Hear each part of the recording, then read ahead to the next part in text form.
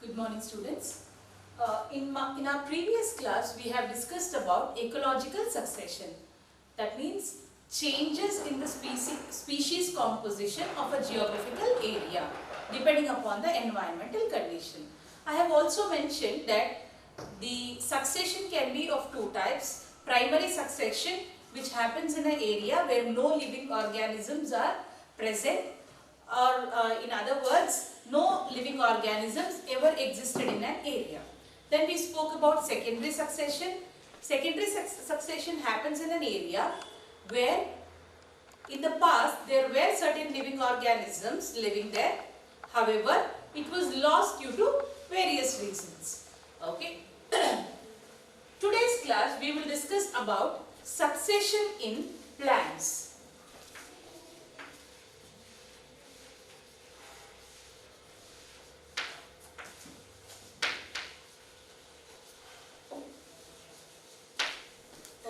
We will see how succession happens in the case of plants, okay, or ecological succession happens in case of plants.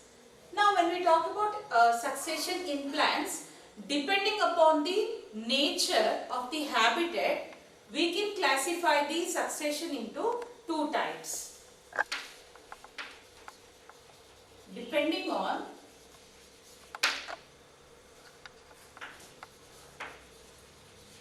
nature of habitat, that means in which habitat the succession is taking place. Depending upon that, we can classify the succession into two types. That is, succession in plants can be categorized into two types. One is xerarch succession, the other one is hydrarch succession. Okay, so xerarch succession means if the succession happens in a dry area, it is represented as xerarch succession. Whereas if the succession happens in the aquatic environment, then that type of succession is known as hydrarch succession. Okay, you know what is succession? In an area, there will be a particular community. That means all the species, different species living together in a particular geographical area changes depending upon the surrounding environmental condition. That is known as succession. Okay, if that particular succession happens in aquatic environment, that is known as hydrarch succession. If that particular succession is happening in a dry land, that is known as xerarch succession. Okay, now in both the succession, here in xerarch succession, what happens is a xeric condition will lead into a mesic condition. That means from a very dry condition,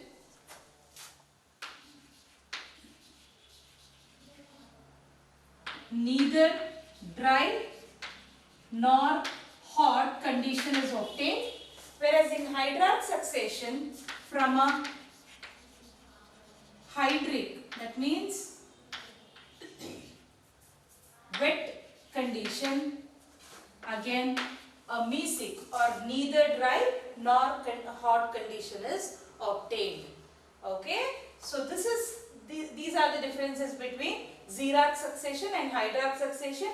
Here in xerarch succession, from a dry condition, a mesic condition is obtained. In hydrarch succession, from a very wet condition, a mesic condition is formed. Okay, so this is the difference between xerarch and hydrarch. Let's look into xerarch and hydrarch succession in detail. Okay, let's begin with xerarch succession. Xerarch succession, the name itself indicates, it happens in a area which is very dry.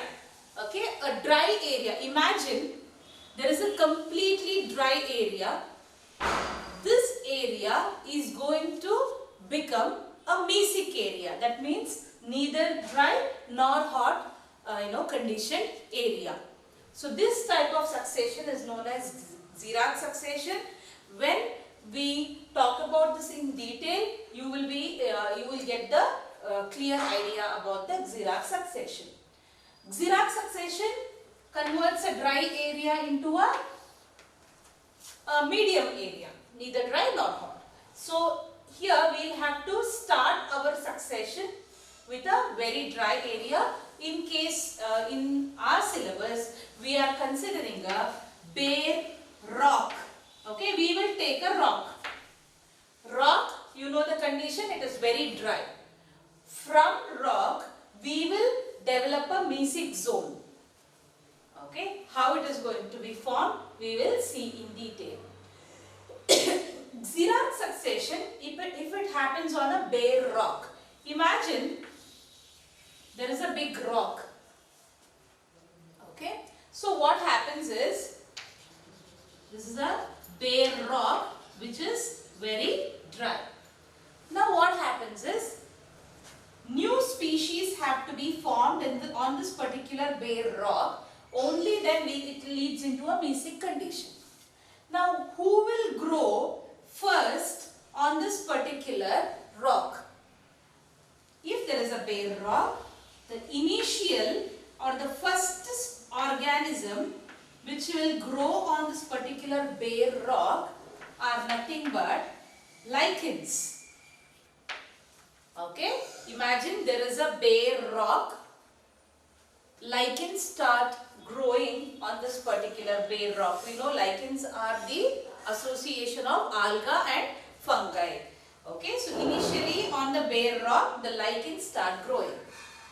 Okay, so these lichens are the first species which are going to be formed on this particular bare rock. So these lichens are referred as pioneer species, or the species who are formed first. Okay, pioneer means the one who comes first, right?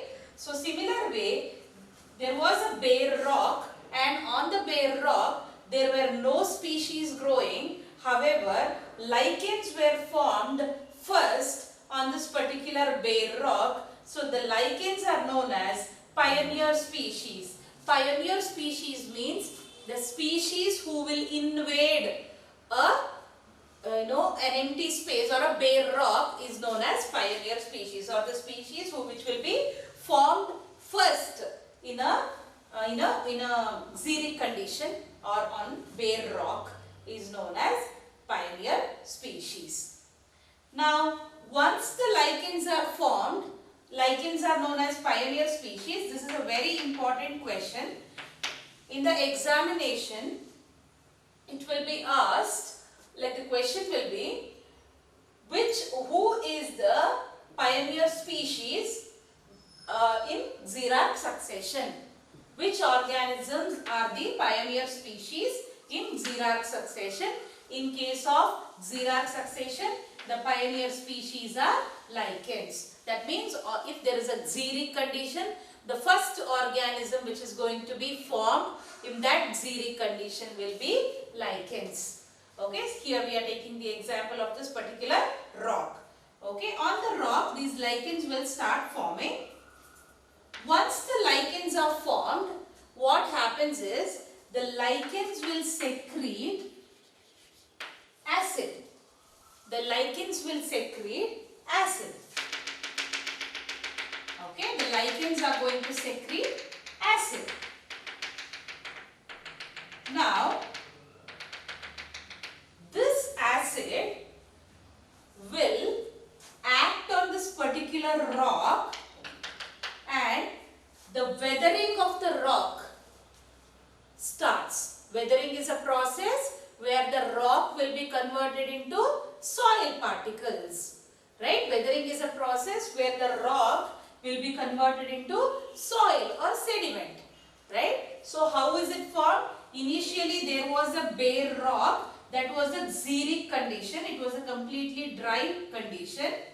The first organisms that were formed were lichens. That is the reason. Since lichens invaded this area in first, these lichens lichens are known as pioneer species. Once they invade this particular area, the lichens are going to produce acid. This acid will, because of the release of this particular acid, the rock will start, the weathering process starts, and the rock will be converted into soil. Now there is no rock here, there will be soil in the place of that particular rock. Now lichens will be present there. Along with these lichens, now what happens is, initially when there was only rock, the lichens were formed. Now in place of rock, because of the weathering process, we have soil. Now in this soil, what happens is, small bryophytes will start forming. Okay, initially there was only lichens. Now what happens is, small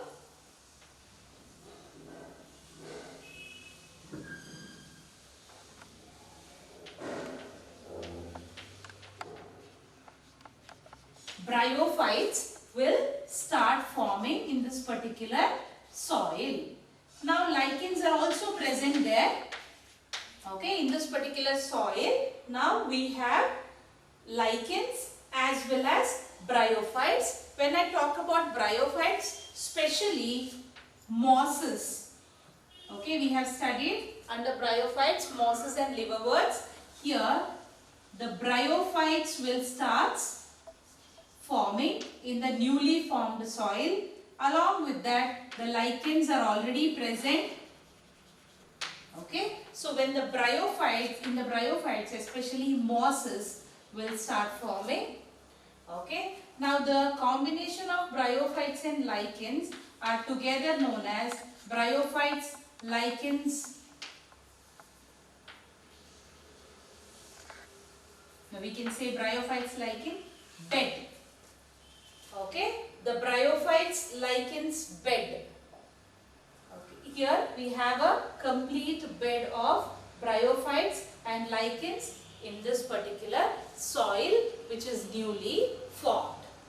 Okay, now once the bryophyte starts forming, when the wind blows, there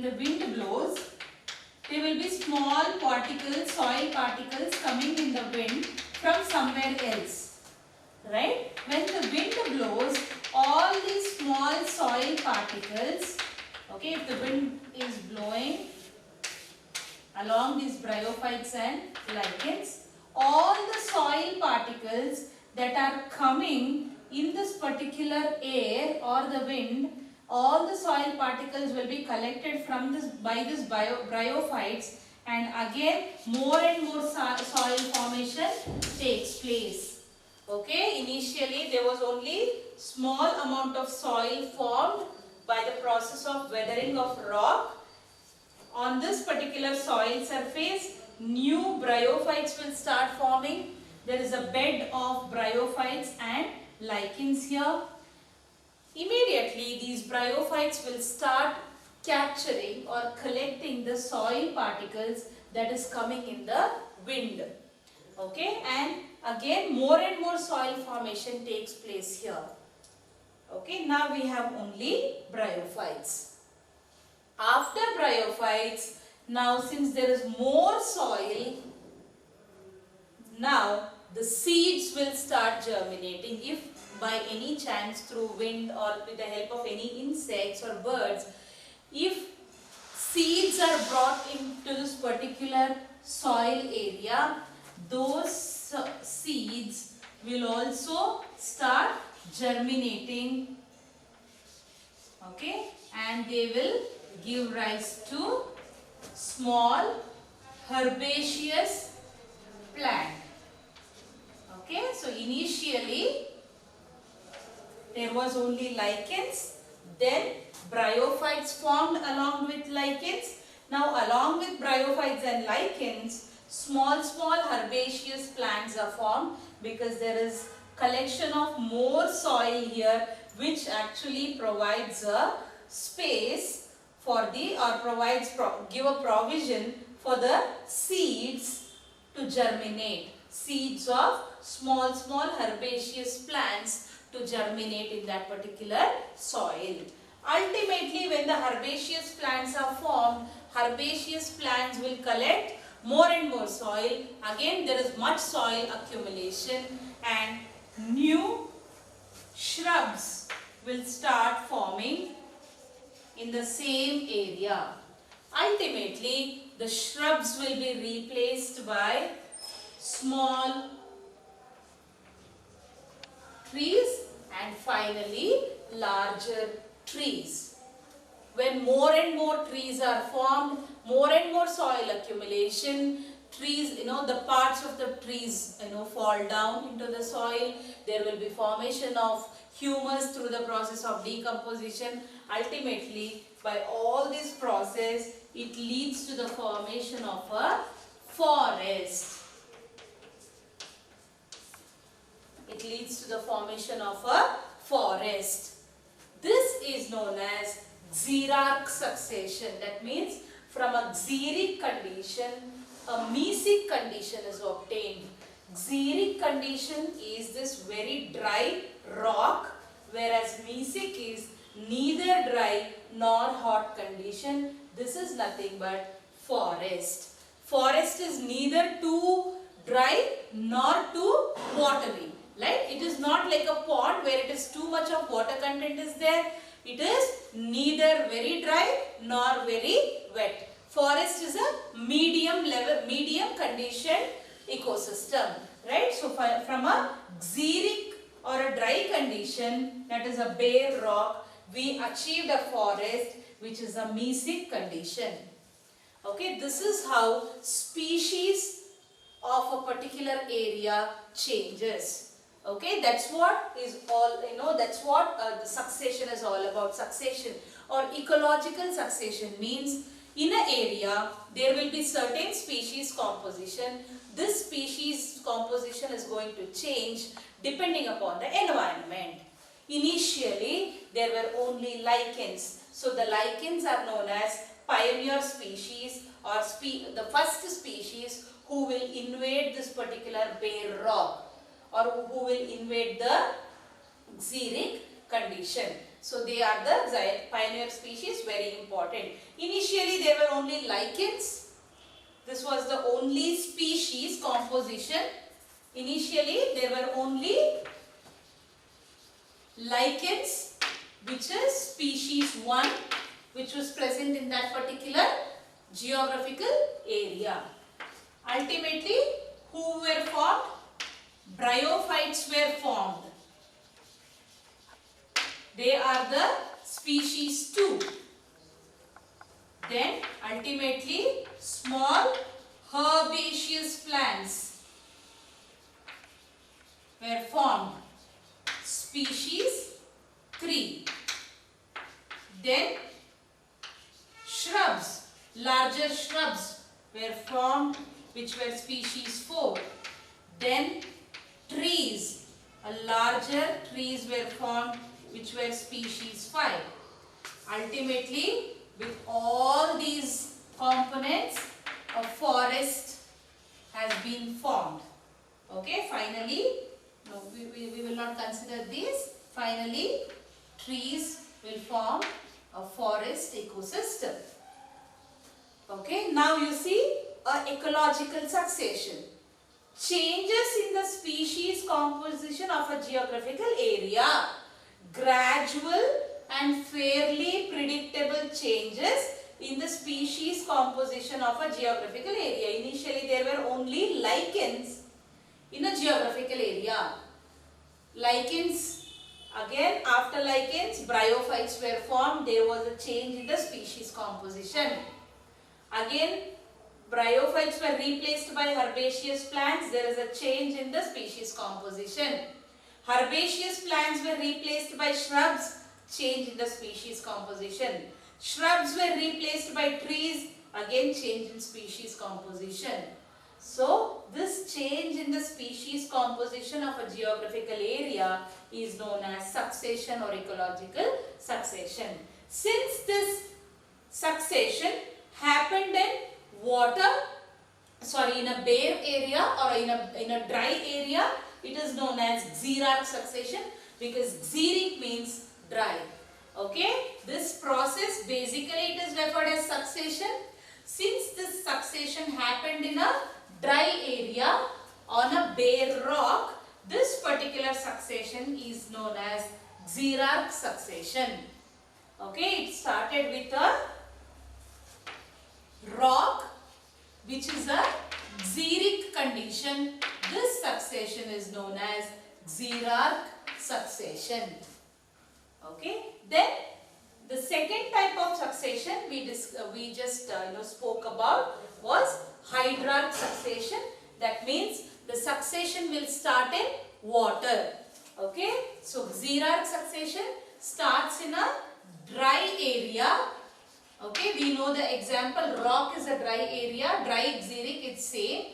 Whereas the next type of succession, which is hydrarch succession, that starts in water body, in a wet area. Okay, I hope this is clear to you. Very important. Okay, this type of succession, xeric and hydrarch, both are important. Since we are clear with xeric succession, let's move on to hydrarch succession. Hydrarch succession, the name itself indicates, from a hydric condition, a mesic condition is formed. In case of xeric succession, the xeric condition was converted into mesic. Xeric was rock and mesic was a forest. In case of hydrarch, the hydric condition or a watery condition will be converted into a mesic condition. The name itself indicates this type of succession starts with water. Now imagine there is a newly formed water reservoir or a newly formed pond which does not have any particular living organisms. It's a kind of primary succession where succession is happening in an area where no living organisms ever existed. So this is a newly formed pond.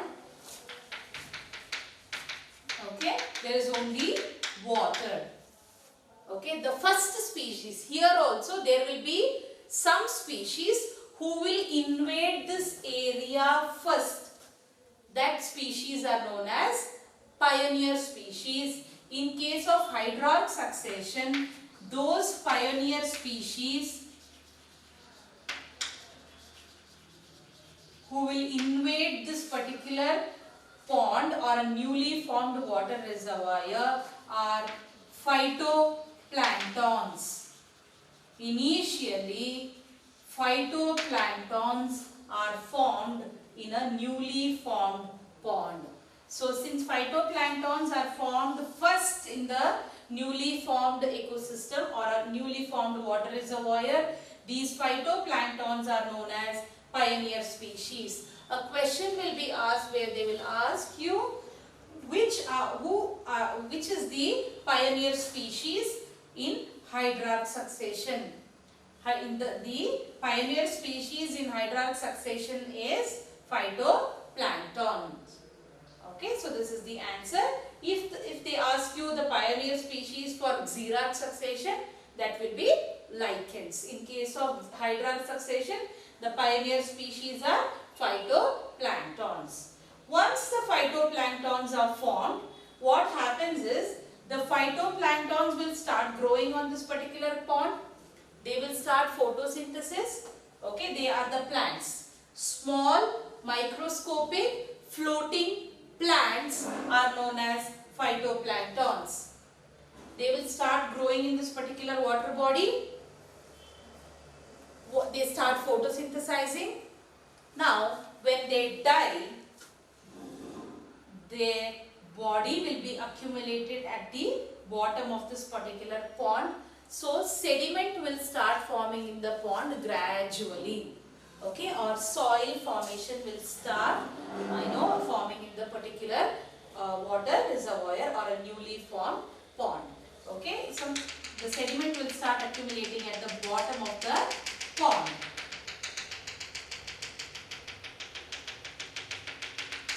Okay. Now, after phytoplanktons freely floating angiosperms are formed. Okay, phytoplanktons will start growing. Once the phytoplankton, like when the lichens started growing, the bryophytes were formed next. After phytoplanktons, freely floating angiosperms or flowering plants will be formed in this particular pond. Okay, after the freely floating angiosperms, now these angiosperms will also start dying. They will also, here freely floating angiosperms are also formed in this particular pond. Even when they die, more and their dead bodies will be accumulated at the bottom of the pond. Again decomposition happens and the sediment will start forming in this particular pond more and more. Once the sediments are formed more and more, what happens is, now there is enough soil here for the rooted plants to grow. Till now you have observed there are only phytoplanktons means small microscopic floating plants. Here also, but they are not angiosperms. They are not floating. They are not flowering plants. They are microscopic plants who will just float in the water surface. After phytoplanktons, freely floating angiosperms are formed. Still, you can see they are freely floating. They are not, they are not releasing their roots into the soil which is present in the pond, because the soil, the sediment is still forming. Okay, once the sediment or the soil is formed in this particular pond, now the rooted angiosperms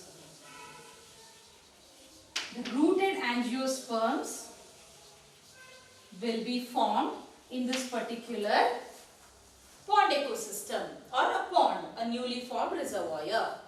Once the rooted angiosperms are formed, then they will start forming their roots. The roots will penetrate into the soil.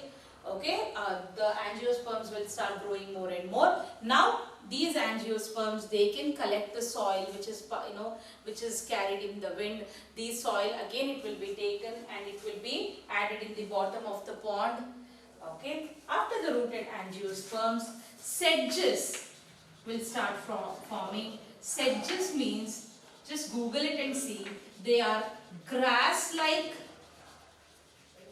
plants. Okay, they are grass-like plants. They are known as sedges. They will start forming along with the rooted angiosperms. Once the sedges are formed, the actual grass will also start forming in this particular pond. Now imagine all these organisms are growing. When they are dead, their dead body will be falling again into this particular pond. The body will be decomposed. The dead remains of their body parts are known as detritus. They will be decomposed by the decomposers. Okay, so now there is more and more soil formation.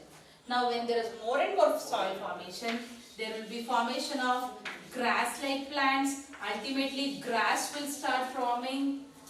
After the grass, small plants will start forming. Okay, ultimately trees will start forming. Now there is very less water in this particular pond. Okay, because there is more and more soil accumulation. Ultimately there is growth of larger trees, grass, everything in this particular region. Now it is no more a pond because the salt, the water content is reduced and more soil accumulation has taken place. Now the pond with which we started actually ultimately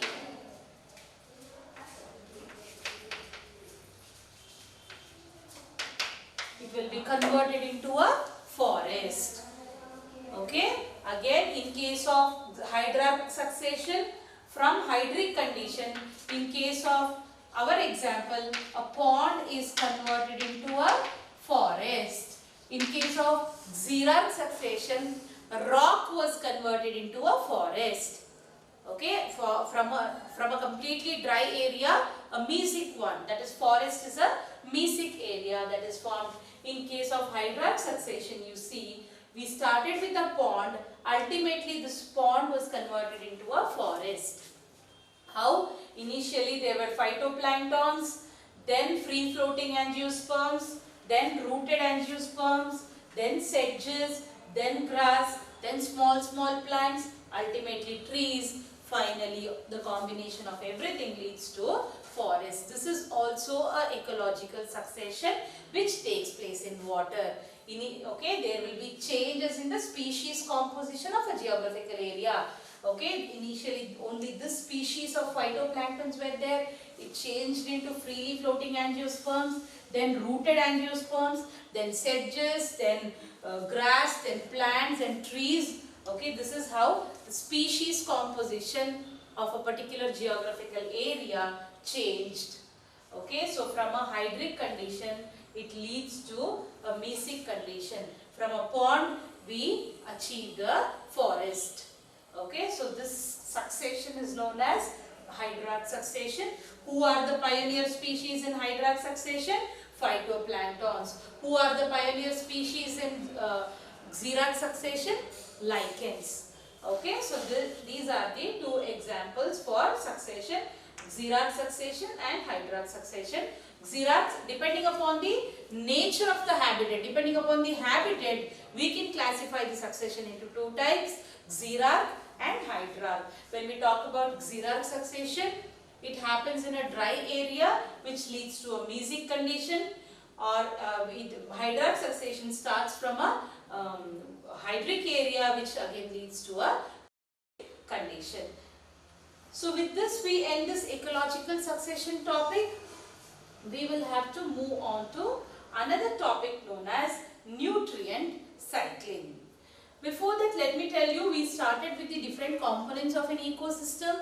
The different components of ecosystem were productivity, we studied in detail, decomposition, which again we studied in detail, energy flow. In energy flow, we have studied how energy is passed on from one trophic level to another trophic level. Under that we have studied what is a trophic level, what is a standing crop, right? We studied what is food chain, we studied what is food web, then we studied about ecological succession. Now with this we end this third topic known as, or third component known as energy flow. We will move on to the last component of an ecosystem, which is nutrient cycling. Okay, so we are done with all the three components: productivity, decomposition and energy flow. We are ending here. We are moving into the last component of an ecosystem, which is nutrient cycling. The last component of an ecosystem is nutrient cycling. How nutrients are cycled in the nature or ecosystem. Now, what is a nutrient cycling? The movement of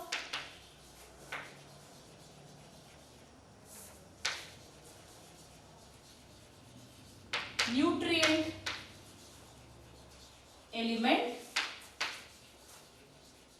through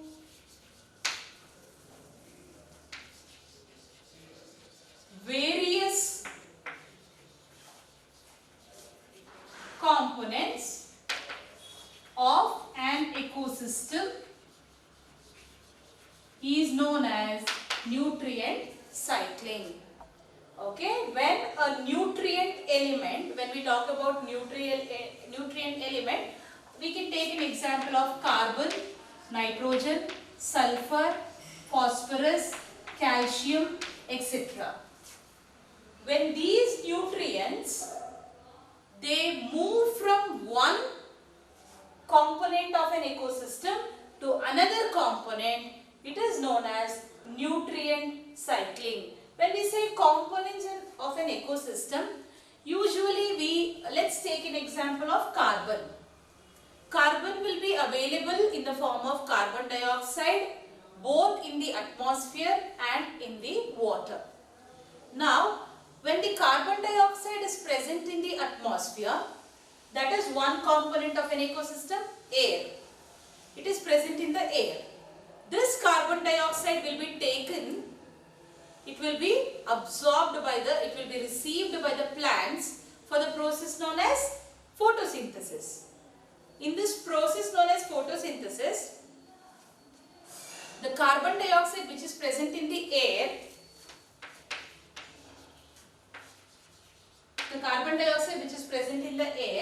it will be accepted by the plants for photosynthesis.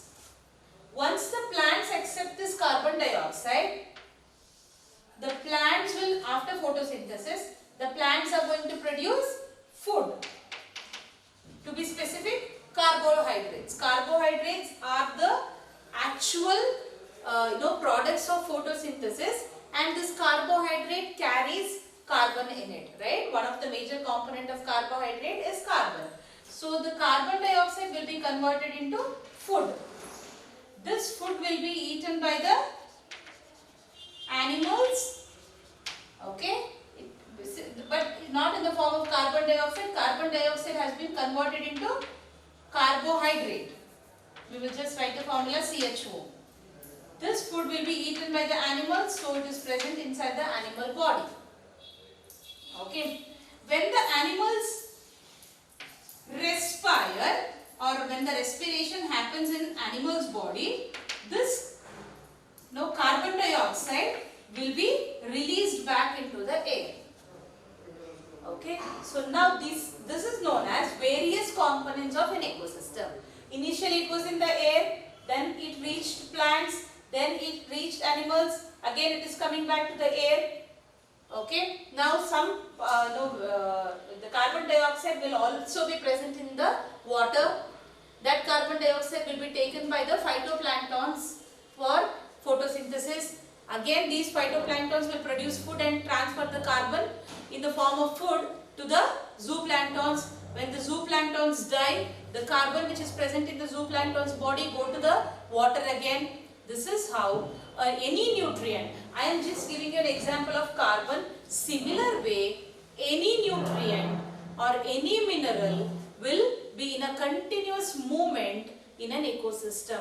It will not remain in one place. It will keep on moving from one component of an ecosystem to another component.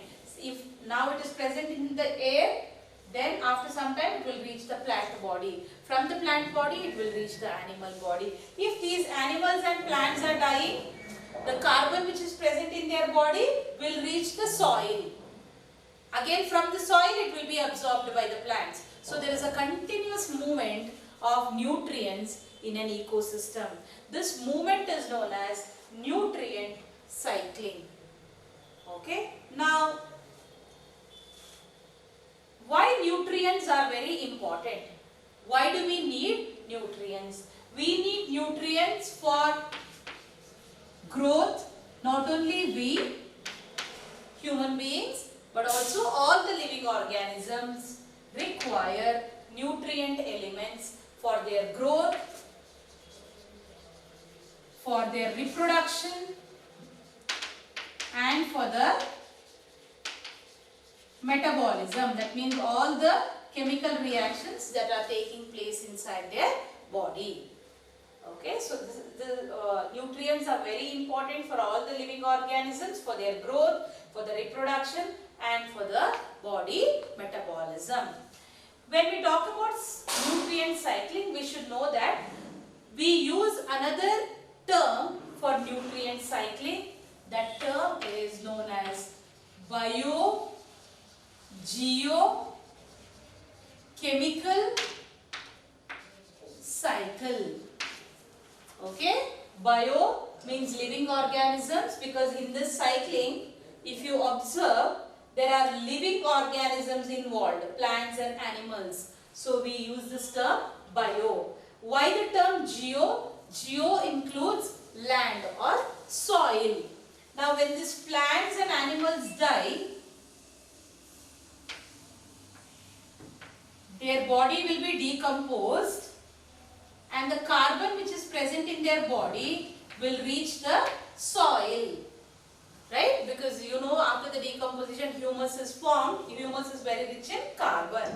Okay. So here soil is also involved. So we use the term bio because plants and animals are involved here. Geo, that is because soil is involved here.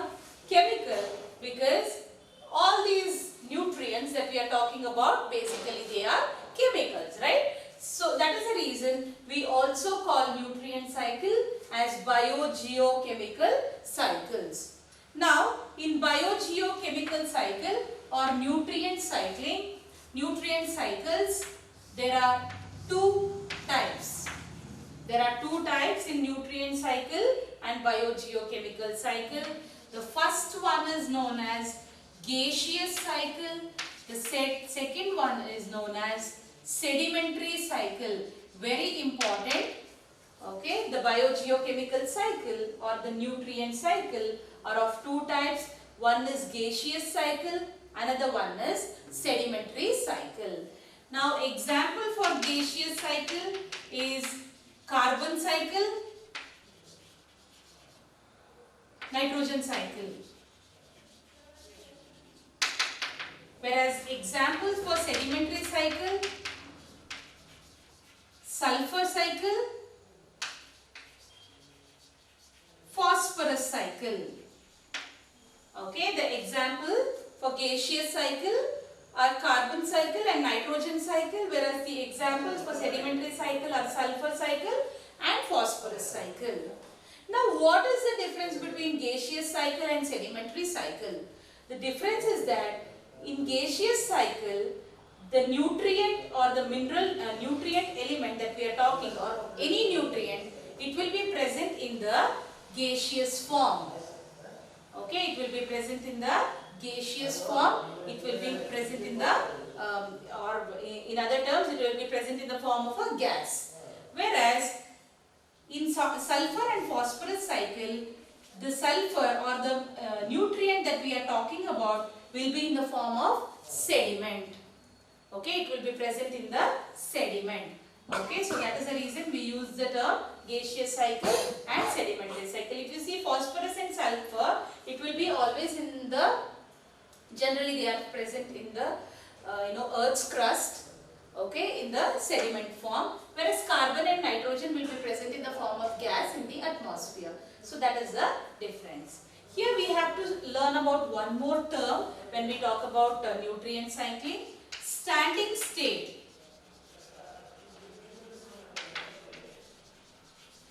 Standing state.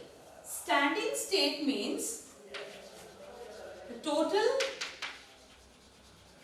amount of carbon, nitrogen, sulfur, phosphorus, calcium,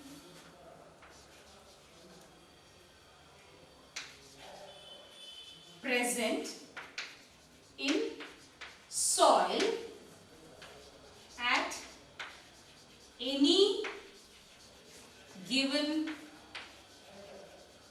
time. At any given time, there will be a particular amount of carbon, nitrogen, sulfur, potassium, calcium, phosphorus, calcium, which will be present in the soil. That is known as standing state. Take any point of time, some amount of calcium, potassium, calcium, phosphorus, sulfur, nitrogen will be, or carbon, they will be present in the soil. So this particular amount is known as standing state. Okay, so this is the introduction of nutrient cycling. We will have to study about two important nutrient cycles in your syllabus. First one is carbon cycle, second one is phosphorus cycle. Okay, we will have to study these two cycles in detail. Before that, let me just brief you about nutrient cycling. Again, nutrient cycling means the movement of nutrients in the through various components of ecosystem is known as nutrient cycling. When we talk about nutrients, the carbon, nitrogen, sulfur, phosphorus, calcium, all these are known as nutrients. They will pass through one component of an ecosystem to different components. I have given a simple example here how carbon is passed on from one component of a ecosystem to another. Why nutrients are important? Because of the growth, reproduction and metabolism. Now there is one more term for nutrient cycling, which is biogeochemical cycle. Now in biogeochemical cycle we have two different types, gaseous cycle and sedimentary. If the nutrient that we are talking about is in the form of gas, it is present in the atmosphere, it is known as gaseous, because carbon and nitrogen, they are always in the form of gas. Sedimentary cycle, sulfur and phosphorus will be always seen in the earth crust in the form of sediment. Like generally they will be present in sedimentary rocks, so they are known as sedimentary cycle. How their movement takes place in the ecosystem, that particular cycle is known as sedimentary cycle. Now we have to know about the standing state, this term known as standing state, that is the total amount of nutrient present in the soil at any given time is known as sediment standing state. In our next class we will study about carbon cycle and phosphorus cycle in detail. Thank you.